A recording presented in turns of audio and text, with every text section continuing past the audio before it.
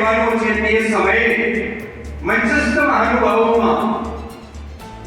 આપણા છે એવા શ્રી ભૂપેન્દ્રભાઈ જે આપણા કન્યા વિદ્યાલય જે સંકુલ છે ઉમરાબેન જેમણે જેનું આપણે સન્માન કર્યું એવા રિનોવેશનના એ પોતે દાતા છે એવા ભૂપેન્દ્રભાઈ જુદી જુદી કોલેજોમાંથી અને ખાસ કરીને હસતા સેવકતે આવેલો 1981 આ બંને ભાષાઓ જો તમે બંને કાર્યો કેવો ભેળ છે ભગવદ ગીતા એ જ સંપત્તિ છે અને એવા આ ભૂમિદાતા જે સ્વર્ગસ્થ જીવનદાતા એમના સુપુત્ર શ્રી આપણા જે